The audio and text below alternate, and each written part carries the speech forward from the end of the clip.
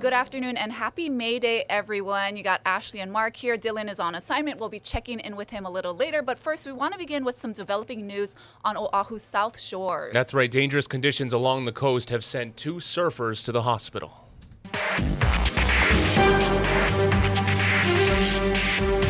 With large swells rolling into northwest and south shores, it's already been a busy day for first responders with rescues. At around 9 a.m., EMS responded to an unresponsive surfer off Molokai Beach Park. Ocean safety and firefighters also responded and performed CPR. Paramedics took over with advanced life support and transported him in serious condition. Meanwhile, a man was transported to the hospital in critical condition after he was brought to shore by friends at Molokai Beach Park. EMS said he also went unresponsive while surfing. Officials say both men were in their 50s. And we could be in for an eventful weather week. For more on that, let's turn it over to Guy Hoggy.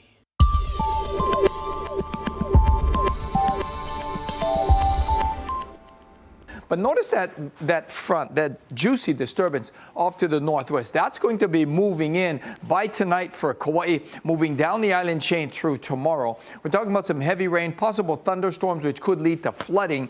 And then that's going to linger around through Wednesday as well, especially for Kauai and Oahu. But by Wednesday night, things are going to start to clear up, except for over in Kauai. They'll likely linger probably through Thursday. And then after that, we'll see some windward and Mauka showers. But after the storminess passes on Wednesday, also look for stronger trade winds to kick in. In fact, it's going to be very, very windy from Thursday all the way through Sunday, maybe even beyond that. And those winds running 20 to 25. There will be some spots with gusts upwards of 40 miles an hour. So we got to get through the wet weather for the next couple of days. Make plans if you live in an area that is flooded before. Police are investigating an extremely rare officer-involved shooting on Molokai, and local lawmakers say the body camera video will be reviewed. Maui County Police say a 40-year-old man was shot Sunday morning, and here's what we know at this hour. Police say they responded to a temporary restraining order violation near Kamehameha the 5th Highway in Waialua at around 7. One deployed a taser, and when that didn't work, MPD says both officers fired their guns. I was shocked. I because I couldn't remember the last time something like this happened. You know, we've had past shootings, but not involving officers. He was my friend. He was a typical Manaia boy. You can feel the collective pain.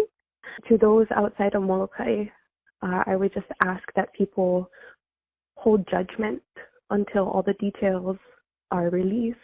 Police reportedly provided medical treatment on scene, and he was taken to Molokai General Hospital but did not make it.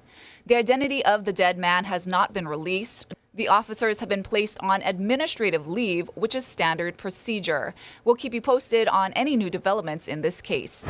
6 people were seriously injured after a van plowed into a pickup truck on the H1 freeway last night. Honolulu Emergency Medical Services said it happened just before 8 p.m. near the Like off-ramp in the westbound direction. It's believed the truck was pulled over on the side of the road and 5 people were in front of it while some kind of repair was taking place. The van then collided with the truck. EMS officials transported 5 people between 18 and 21 years old, as well as a 54-year-old man to the hospital. All were said to be in serious condition. The U.S. military is tracking a mysterious balloon that flew across portions of Hawaii. That's according to 3 U.S. officials who said the object did not go over any sensitive areas. The military has been tracking it since late last week and determined it did not pose a threat to aerial traffic or national security and is not communicating signals. U.S. officials said the object, which does not appear to have maneuverability, is moving slowly toward Mexico. They do not believe the balloon belongs to the Chinese, but are still working to identify the owner. Oahu's new rule on where guns are allowed goes into effect today. Bill 57 bans firearms from most public places, including government buildings, schools, and parks. Businesses that sell alcohol are also part of the ban, and it's up to other private businesses if they'll allow their customers to carry. If guns are allowed, businesses must display a sign saying so. Those can be picked up at Honolulu Hale and all satellite City Hall locations other than downtown. The city is also providing a no guns allowed sign for businesses that want one, but those are optional. President Biden welcomed Philippines President Ferdinand Marcos Jr. to the White House today. The U.S. has been trying to strengthen security and economic relations with the Philippines amid China's increasing influence in the region. Senior administration officials say Biden will announce bilateral defense guidelines, as well as the transfer of 3 C-130 aircraft and patrol vessels to Manila's armed forces. Officials say other initiatives include a U.S. trade mission later this year and $3 billion in infrastructure funding. Well, after a weekend of tense negotiations, crisis averted. J.P. Morgan Chase is taking over First Republic Bank. Chris Wynn joins us with more on how it all went down and what this means for America's banks. How's it going, Chris? Hey, Mark, good afternoon to you.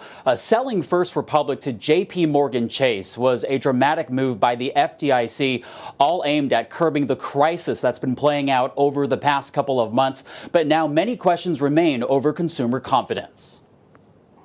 First Republic Bank branches opened their doors Monday morning under new management following the collapse of the regional lender. The First Republic failure was a more traditional bank run. That money started to flow out and flow out fast. Federal regulators seized control of the bank and its nearly $230 billion worth of assets before J.P. Morgan stepped in as a buyer. CEO Jamie Dimon expressing confidence on an investor call Monday morning. Hopefully this helps stabilize everything.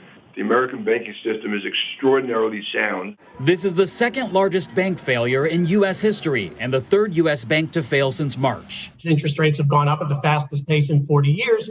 The economy's slowing. We're going to see more bank failures, but the system has proven to be surprisingly resilient. J.P. Morgan Chase was already the largest bank in the United States before the buyout. Now new concerns. Anytime there's a consolidation of market share, prices tend to go up. Financial analyst Greg McBride says consumers should constantly be evaluating their banking options. We've seen with checking accounts over the course of many years, monthly fees and balance requirements have gone through the stratosphere, but yet nearly 40% of banks offer a free checking account on a standalone basis. So there are alternatives out there. Officials say it will take some time for the systems to completely change over, but good news for First Republic customers. They do have immediate access to their cash, and they'll also be able to continue using their existing branch. Reporting from the nation's capital, I'm Chris Wynn, Hawaii News Now. Mark, back to you. Chris, thank you very much. Now, taking a closer look at all of this, we're seeing that, much of this had to do with First Republic's reliance on wealthy clientele. Can you elaborate on that? Yeah, that's right, Mark. First Republic catered to wealthy clients who carried large amounts of cash. We're talking about an outsized number of accounts over the $250,000 mark that's covered by the FDIC. So these are the folks who have plenty of options when it comes to storing their money. They're able to move it quickly to another place if need be. They have those mechanisms in place. And so we learned that roughly 2/3 of First Republic's deposits were uninsured. We also learned today, Mark, that the bank lost 40% of its deposits in the first quarter alone. So that news this morning sent the stock to a new low. All of these factors contributing to the collapse of the bank. Mark? Chris Wynn joining us from D.C. Thank you very much for your time and insight. We're nearing the 5-year anniversary of Kilauea's 2018 eruption, when a fissure opened up at Leilani Estates in Puna, forever changing the landscape. Aloha from Kilauea, the Halemaumau crater below us here at Hawaii Volcanoes National Park. Of course, May 3rd is the anniversary of those fissures opening up in Leilani Estates in the lower East Rift Zone. But the seismic activity and everything that led up to that day started much earlier. We're going to talk about that a little bit. We're also going to speak with Jessica Fairgain from Hawaii Volcanoes National Park about how the park responded. But I want to begin with USGS. Dave Phillips is the deputy scientist in charge at Hawaiian Volcanoes Observatory. I want to talk a little bit about what that historic event did to change how USGS is able to better monitor Kilauea and better predict eruptive events like this. Yep. Good morning, Casey. So this was the events in 2018 were extremely significant on any time scale. Geologically, it was the largest eruption on Kilauea since in at least 200 years.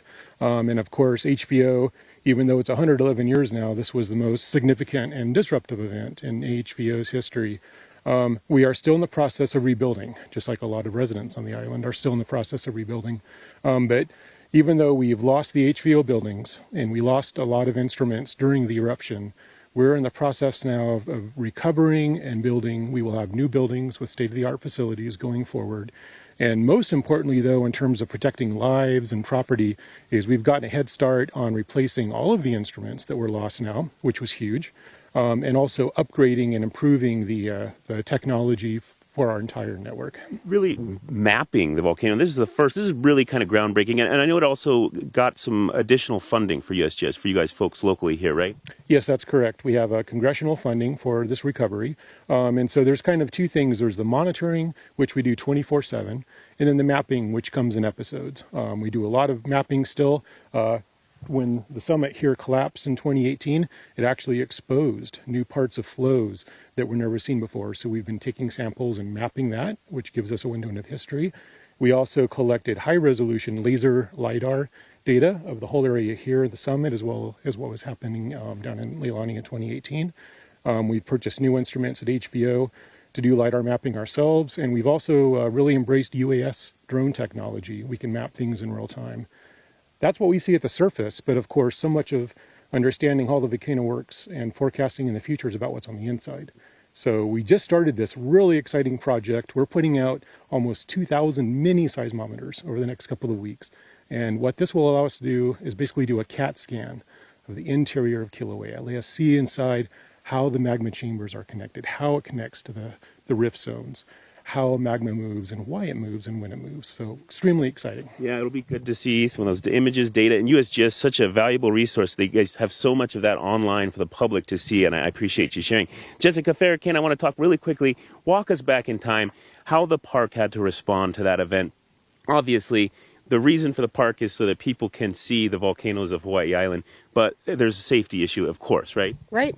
We had to close the park for 134 days as the magma evacuated the summit chamber and migrated down to the lower East Rift. It was causing tens of thousands of felt earthquakes. It was causing these giant voluminous plumes of gas, ash, and debris falling down downwind of it, and it was a dangerous place to be. It was really good to reopen. 134 days later, but at least we got to reopen. And then really quickly, tell me a little bit about, there are going to be some changes, and you need the public's patience for that over the next month, right? Yep, starting probably this summer, we'll be disassembling that whole Jagger HVO area up on Ue Kahuna. We'll be building a roundabout in the beginning of the park to let people come into the park easier. We really ask for the public's patience and understanding during that time. Jessica Farrakhan, thank you so much. You were here in 2018. I was with you for some of that. Really something to reflect on. And there's so many aspects of this, even including from HVO, USGS. There's so much to talk about. We'll be having a week full of coverage.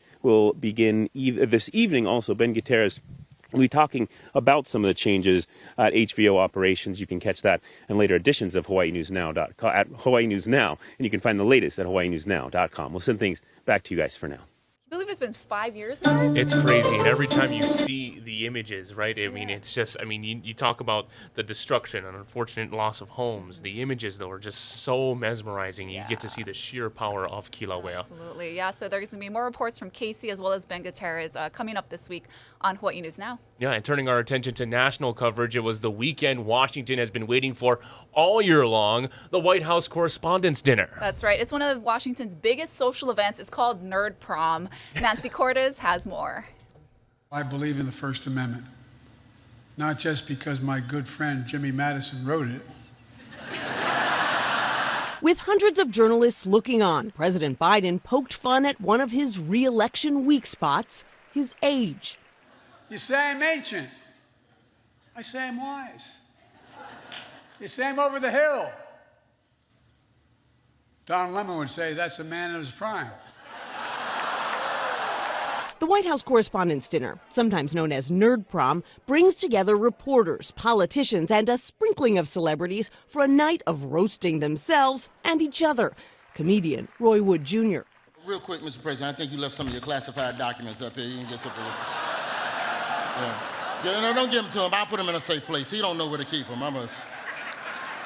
Both Wood and Mr. Biden took jabs at Fox News and its $787 million defamation settlement with Dominion Voting Systems. 3 people you don't want to see in the courtroom. That's Dominion, Cardi B, or Gwyneth Paltrow. You're going to lose. I'd call Fox honest, fair, and truthful. but then I could be sued for defamation. One of the night's biggest draws was basketball star Brittany Griner, who was released in December from Russia after 10 months of detention. She and her wife Sherelle were guests of CBS News. Brittany, where are you, kid? Stand up, come on. President Biden met privately with Griner before the dinner. She described the moment to Gayle King.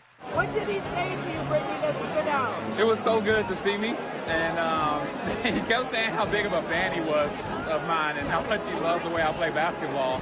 I thought it was pretty cool. Griner was joined at Saturday's dinner by the families of journalists Evan Gershkovich, wrongly detained in Russia since March, and Austin Tice, held in Syria for nearly 11 years. Our message is this: journalism is not a crime. They are not forgotten. And I promise you, I am working like hell to get them home.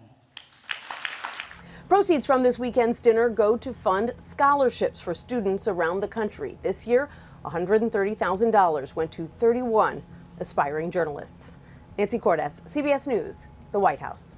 Now, Mark, the White House Correspondents' Dinner, definitely a bucket list item for me. Oh, I mean, it really is just an exclusive invite, right? And just the circumstances involved, everyone getting there all dressed up, the sights and sounds. Yeah. So cool. Lots of fun, lots of fun. Speaking of fun, it's May Day, everyone, and that means the festivities are in full swing. That's right, and thank you very much for the lei ash, properly adorned right now.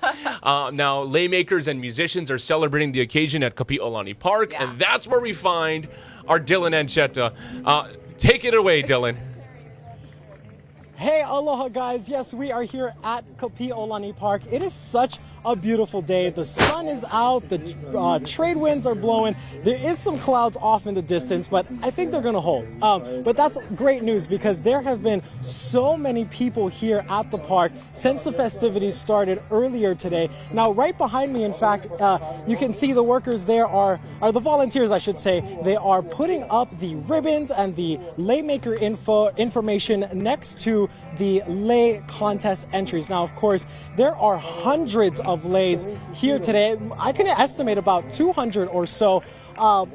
This is the highlight of this event. Of course, May Day is Lei Day here in Hawaii, and lei makers from all ages, young and old, really bring out their best for this event. And this is the highlight. The exhibit itself is not yet open. This is going to be opened by the lei court around 12:30, so in about 10 or 15 minutes or so. But it is definitely the highlight here at Kapi'olani Park. Now, earlier we heard from, at the main bandstand over there, we heard from the outgoing lei court. And this year is very special. It is the 95th celebration, but the court itself marks the 94th Lei Day court. And of course, we have our Queen Ku'uleilani Mekealoha Mau Kupahu Marino Kaho'ano, Uncle Kimo Kaho'ano's wife, along with Princess Charlene Kapuolani Kauhane Harano and Melody Lynn Lena Ala Naluai Vega. So in a few minutes, they will be going through their official investiture ceremony, and hundreds of people are gathered over there as they are enjoying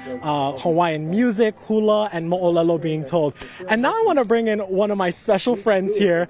Aloha, Leilani. Mwah, how are you? I'm doing great today. I'm so excited to be here on Lei Day. So Leilani is actually from Redondo Beach in California, and she comes here every single year, yeah? Every year, yes. Yeah. Every year. And you are a lei maker up there. Tell us a little bit about that. What is it like to keep the Hawaiian art of lei making alive on the mainland?